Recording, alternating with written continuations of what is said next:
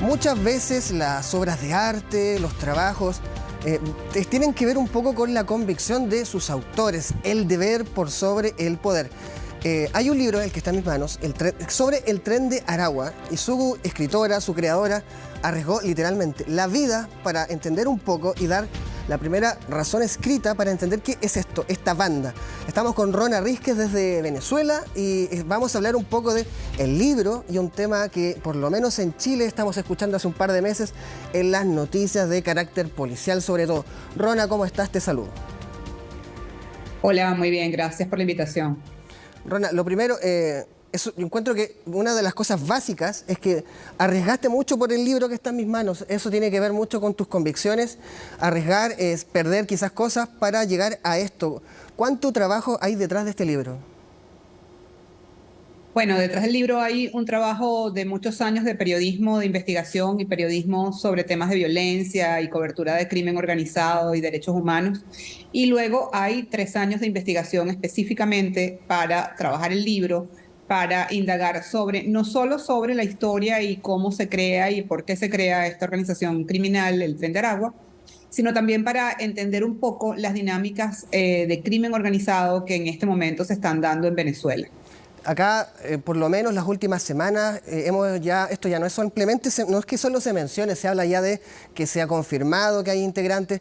¿Qué es el Tren de Aragua para la gente que no sabe, que lo ha escuchado acá en Chile? Si lo puedes explicar de forma, básicamente, para alguien que simplemente nunca se ha interiorizado en el tema.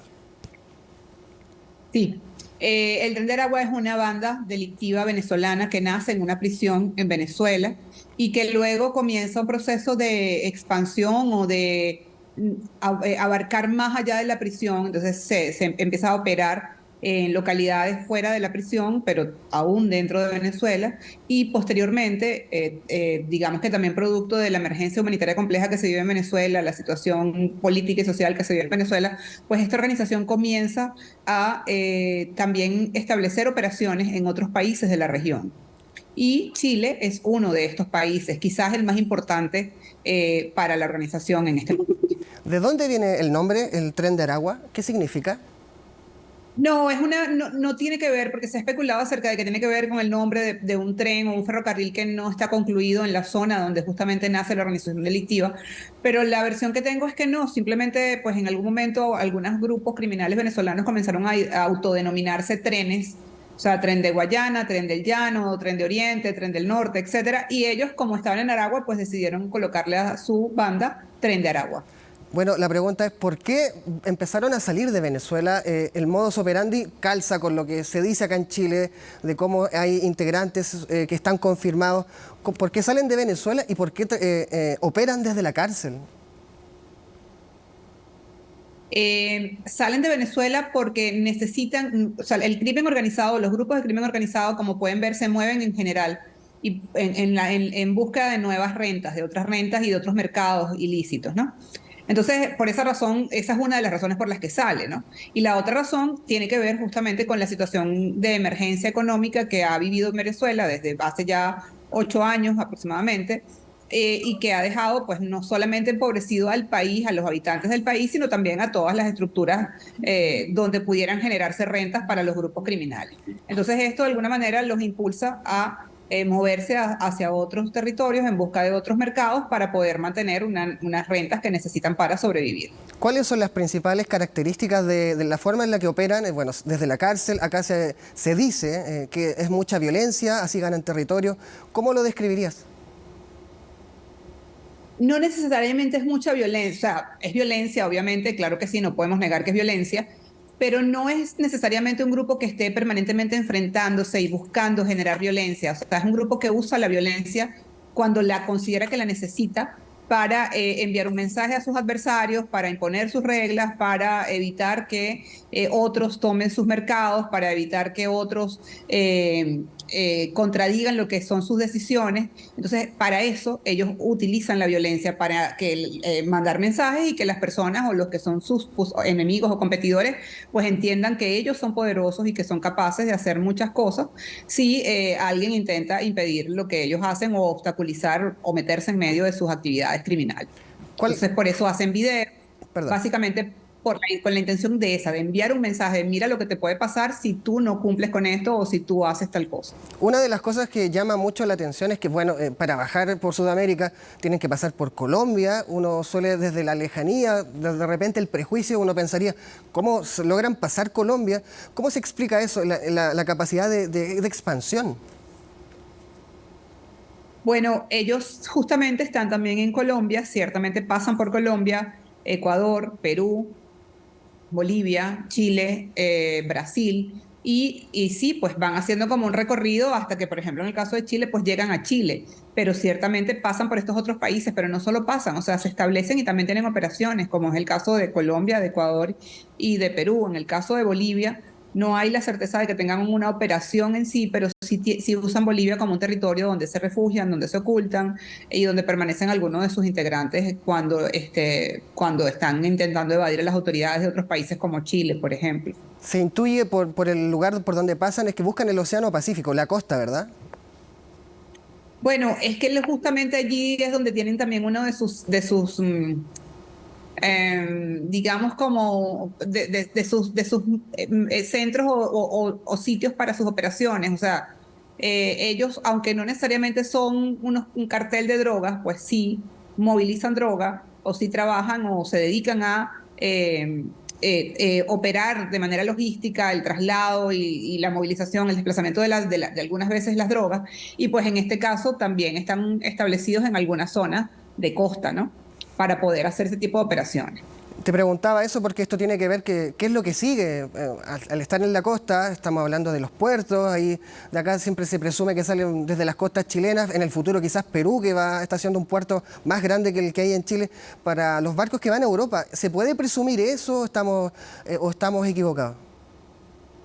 Bueno, hasta ahora no hay evidencia, o sea, no es una organización tampoco tan grande, o sea, no es que no sea grande, o sea, es grande, pero no es tan grande como para poder establecerse quizás, o por lo menos hasta ahora, en Europa, ¿no? O sea, no es como estas mafias de Europa Oriental que son muy poderosas y que pues también operan acá en América Latina, o como una especie de cartel de Sinaloa, que también ha tenido operaciones en otros países.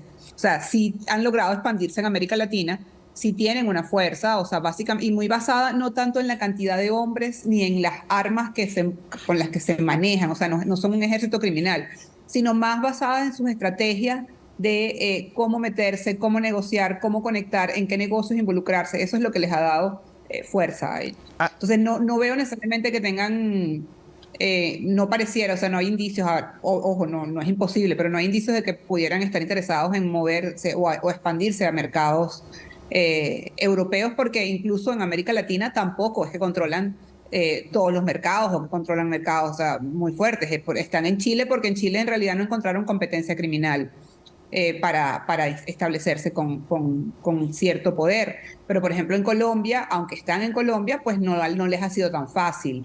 En el caso de Perú, igual, o sea, ha habido también como un combate de las autoridades para evitar que el grupo se establezca y tal. Entonces, bueno, o sea, sí tienen algunas operaciones, obviamente, y no son poca cosa, pero no son la gran, gigante organización que va a tener la capacidad de expandirse a Europa, por ejemplo. y bueno, para ir cerrando, tú recibiste amenazas. ¿Cómo fue el modus operandi para que no sacaras este libro? Si nos puedes contar un poco. Sí, bueno, recibí amenazas no las recibí yo directamente, sino algunas personas de mi familia por una red social, pues nos enviaron amenazas que estaban asociadas a la publicación del libro y las amenazas ocurrieron antes de que el libro fuera publicado. Entonces, pues presumimos que la intención era evitar que se publicara el libro. Rona, y la última pregunta, a raíz de todo lo que has dicho, coincide con las investigaciones que están pasando, sobre todo en Arica. Acá hay un caso que se investiga en Arica donde desde la cárcel una persona que se presume podría ser, llamó por teléfono dando los contactos de carabineros y fiscales que lo están investigando. ¿Cuál es el negocio de ellos? Si no es tanto la droga, es crear lazos de poder, ¿por dónde? ¿Qué es lo que los mueve a expandirse? O sea, lo que los mueve a expandirse son sus negocios, generar rentas, tener posibilidades de obtener dinero en sus Perdón, ¿y eso negocios. es Y cómo estos negocios lo van, obtienen? Si la droga no es lo principal, prostitución, poder. exacto. Trata de personas para la esclavitud sexual, tráfico de migrantes, Tienen droga también en microtráfico y en tráfico transnacional, sobre todo como operadores logísticos. También tienen actividades como sicariato, están involucrados en negocios de comercialización de alimentos, contrabando de chatarra. También se han involucrado en las firmas de los jugadores venezolanos que van a las grandes ligas. Y uno de los negocios más importantes que tienen es la minería ilegal. No necesariamente ellos son mineros, es decir, no están ellos explotando una mina, pero sí tienen el control en cuanto a todo lo que tiene que ver con seguridad, logística y operatividad de una zona minera que es la más importante de Venezuela y la cuarta más importante del mundo, que es el yacimiento en la zona de Las Claritas, en el sur del estado Bolívar, en Venezuela. Entonces, estas actividades le generan ingresos y bueno, esos son sus fuentes de lo que les permite mantener la organización y pues seguir operando. Wow, o sea, yo no puedo concluir lo que está pasando en Chile, pero sí al menos da idea de que lo que nos está pasando coincide con lo que sale en tu libro y con lo que nos cuentas. Brevemente, lo último, Rona, ¿qué recomendarías a autoridades cuando estamos en un proceso donde probablemente se quieren instalar o ya se instalaron en Chile?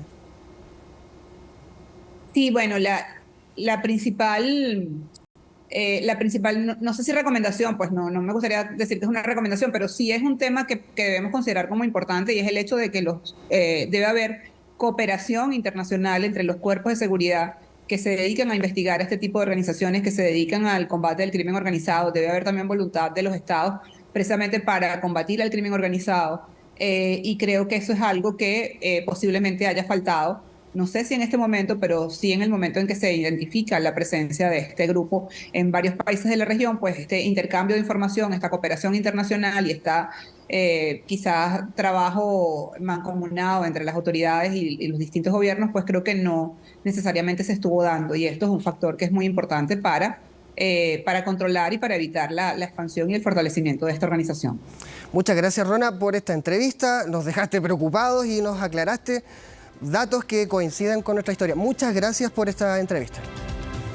Gracias a ustedes por la invitación. Un gusto. Ahí está, Rona Rísquez desde Venezuela, Tren de Aragua, el libro, si quiere preocuparse aún más después de esta entrevista. Y si no, bueno, siga viendo las noticias acá en CNN Chile.